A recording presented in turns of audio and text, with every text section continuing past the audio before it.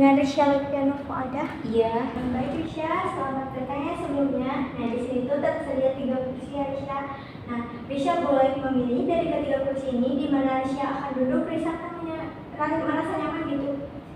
Ya boleh, silakan duduk Risha.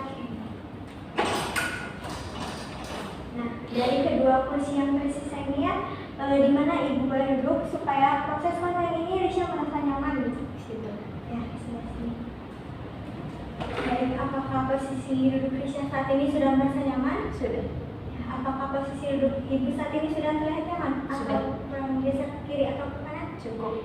Nah, Risha ya, sebelumnya ibu sudah melihatnya dan menerima intake info terkait dengan proses konseling kita kali ini.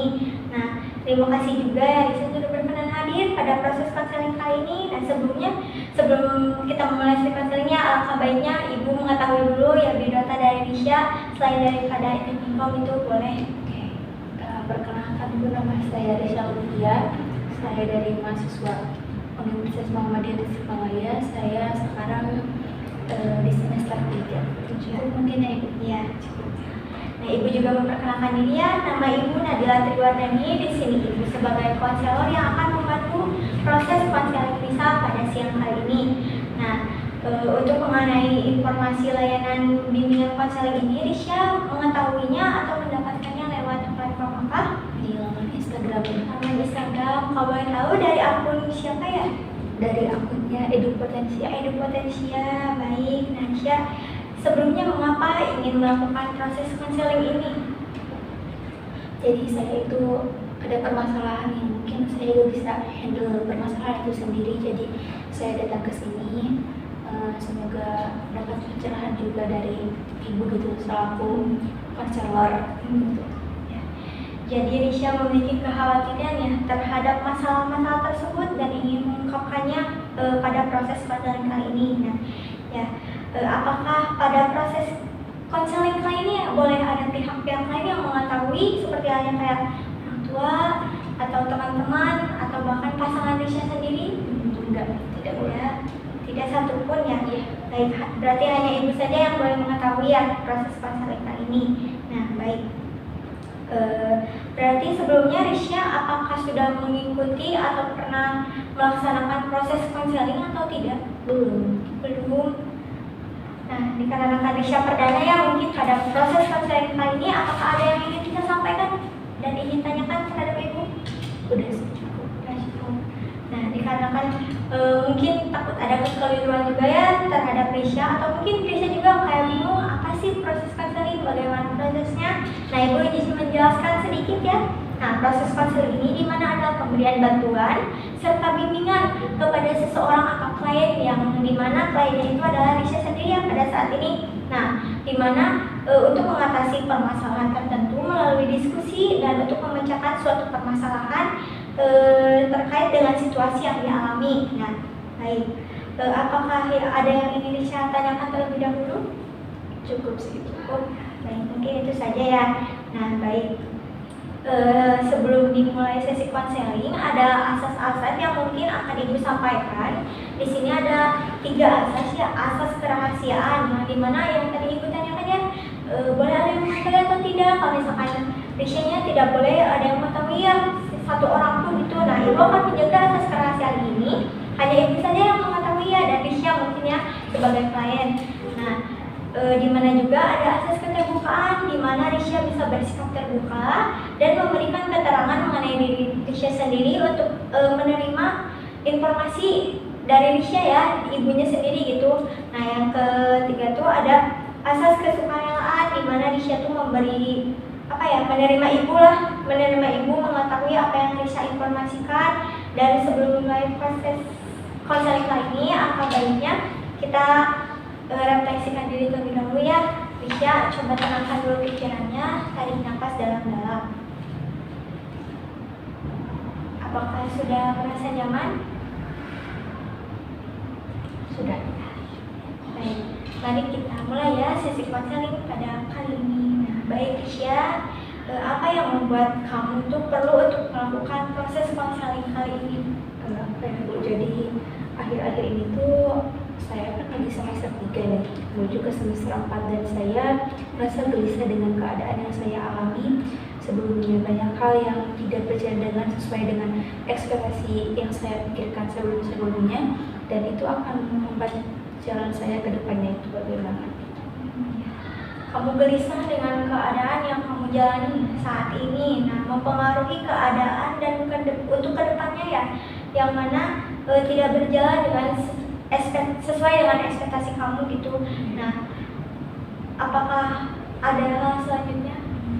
Ya, itu membuat itu saya sering khawatir berlebihan gitu terhadap diri saya, di mana saya takut kehilangan minat belajar saya dalam belajar memahami materi perkuliahan, dan apakah saya bisa mampu memahami segala aspek yang ada dalam perkuliahan saya gitu Bu.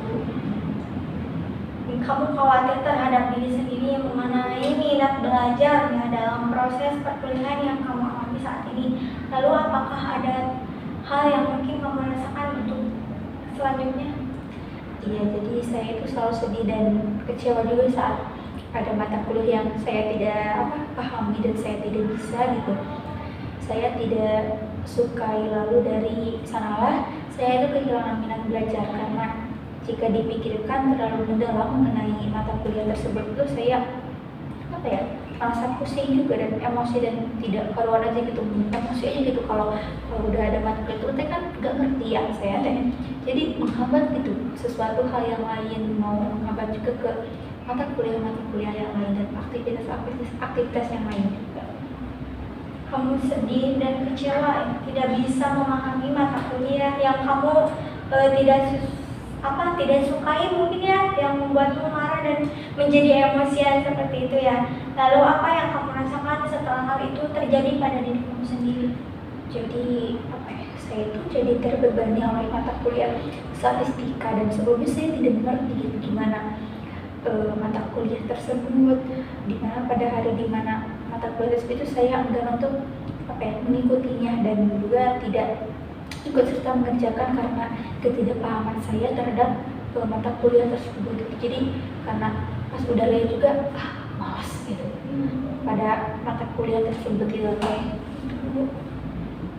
Jadi merasa malas, terbebani juga ya oleh mata kuliah tersebut karena kamu merasa tidak ada minat sama sekali dan tidak ada pemahaman terhadap perhitungan statistika seperti itu ya. Nah, apa yang kamu rasakan untuk selanjutnya? Selain itu juga karena sebagian teman-teman di kelas saya itu sangat rajin, membuat saya semakin kecewa karena mereka tidak mengajarkan hal itu kepada saya. Jadi mereka itu sudah bisa, tapi mereka tidak mengajarkan teman-teman mereka yang mungkin mereka kesusahan itu sama seperti saya. Saya tidak mengerti mata kuliah tersebut, tapi teman-teman saya tidak mengajarkan saya bagaimana caranya materi tersebut, dan padahal saya selalu terlihat kebingungan gitu jika dalam kelas pada saat mata kuliah tersebut berjalan gitu Bu. Kamu merasa kecewa terhadap teman-temanmu juga, nah karena tidak membantumu ya mengajarkan mata kuliah yang mungkin kamu juga sudah memperlihatkan bahwa kamu tuh kebingungan ya saat di kelas juga. Nah, apa sih yang kamu rasakan setelah kamu mengetahui hal tersebut? Ya, sementara mata kuliah statistika kan mata kuliah yang wajib kita pahami untuk keberlangsungan kuliah dan kerja saya nantinya, dan hal itu menjadi beban bagi saya yang tidak mengerti mungkin ya terhadap statistika. Jadi kan nantinya kalau misal saya belum mengerti mata kuliah tersebut, nanti kedepannya ada mata kuliah yang sulit tetapi masih berhubungan dengan statistika, saya akan menjadi tidak bisa gitu. Kamu merasa terbebani dengan mata kuliah ini ya, dimana di saat kamu mengetahui bahwasanya mata kuliah ini penting bagi kamu untuk proses kamu, tapi kamu tidak memahami mata pelajarannya seperti itu. Nah, lalu apa perasaan kamu saat kamu sudah mengetahui bahwa tidak bisa mengikuti pembelajaran seperti halnya statistika yang kamu mungkin tidak sukai ya, seperti itu? Saya jadi sedih sih sebenarnya, tidak suka dengan keadaan ini. Apa mungkin saya itu harus mengulang mata kuliah ini supaya saya bisa memahami dari awal gimana konsepnya mata kuliah tersebut, karena ini tuh adalah kelemahan saya yang harus mengulang pemahaman materi-materi gitu Ibu. Jadi saya takutnya harus mengulang lagi dan teman-teman saya udah kemana, tapi saya harus mengulang dari awal untuk ya karena masalah ini gitu, karena ketidakpahaman saya gitu. Kamu sedih dengan keadaan kamu saat ini sehingga ingin mengulang atau takut mengulang mata kuliah ini karena anggapanmu kamu sudah tidak bisa ya menentukan bahwasanya kamu bisa untuk proses mata kuliah itu ya. Nah, apa sih yang kamu rasakan pada saat hal ini terjadi terhadapmu? Ya, maka dari itu saya khawatir setiap harinya karena tidak memiliki pilihan lain selain daripada itu, karena saya takut mengecewakan orang tua juga saya, tetapi juga saya mengulang pun akan mengecewakan juga kan, karena kalau mengulang takutnya ketinggalan gitu sama teman-teman saya, dan juga saya pasti akan sendirian gak ada teman gitu Ibu. Kamu khawatir memilih pilihan ini karena mengulang atau tidak sama-sama mengecewakan ya bagi kamu. Nah, apa yang kamu rasakan dan apa sih yang kayak menjadi patokan kamu merasa sedih untuk hal ini? Saya juga bingung apa haruskah mengandalkan teman saya dalam mata kuliah ini setiap saatnya, pada saat mata kuliah itu ada sampai saya bisa lulus, tetapi hal itu akan berdampak buruk bagi saya kan ke depannya dan seterusnya itu. Nah, jika dipikir-pikir ya, kalau misalkan kamu mengandalkan teman-temanmu saja, untuk kelanjutannya mungkin kamu tidak akan bisa ya. Nah, dimana juga kan teman-temanmu juga mungkin ada kesulitan lain yang mereka hadapi gitu.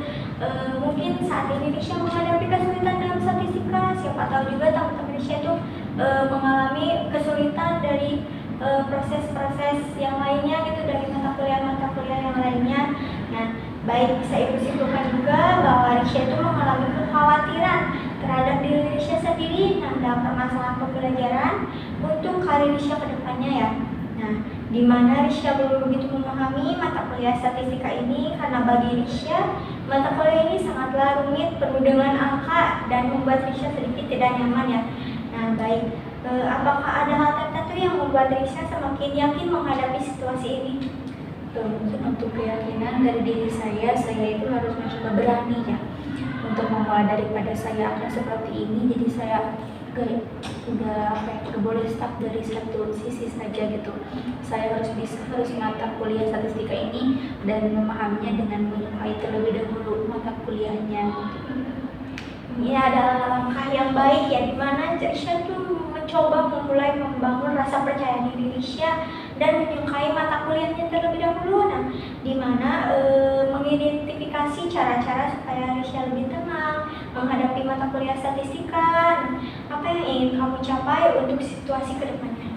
Nah, ini adalah tujuan yang baik ya untuk segala hal, dan Risha mencoba untuk berusaha dan memperbaiki apa yang menjadi kurangnya Risha dengan sungguh-sungguh dalam berusaha. Nah, Risha juga sudah bisa menemukan cara untuk proses konseling kali ini dengan berusaha untuk berubah ke depannya ya.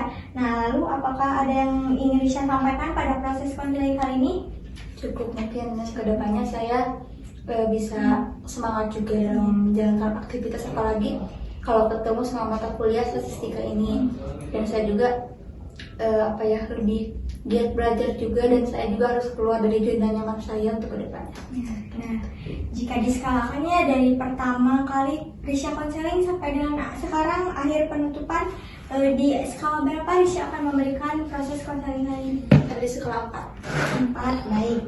Nah, untuk proses konseling kali ini mungkin dicukupkan dulu sekian. Terima kasih Risha telah berbagi pengalaman dan perasaan pada proses konseling kali ini. Nah, terima kasih juga Risha sudah mau berusaha ada kemajuan. Nah, Ibu tunggu kemajuan Risha di sesi konseling selanjutnya ya. Nah, baik, Ibu rasa cukup dulu proses konseling kali ini. Nanti kita jadwalkan lagi untuk proses konseling selanjutnya. Terima kasih Risha sudah berkenan hadir.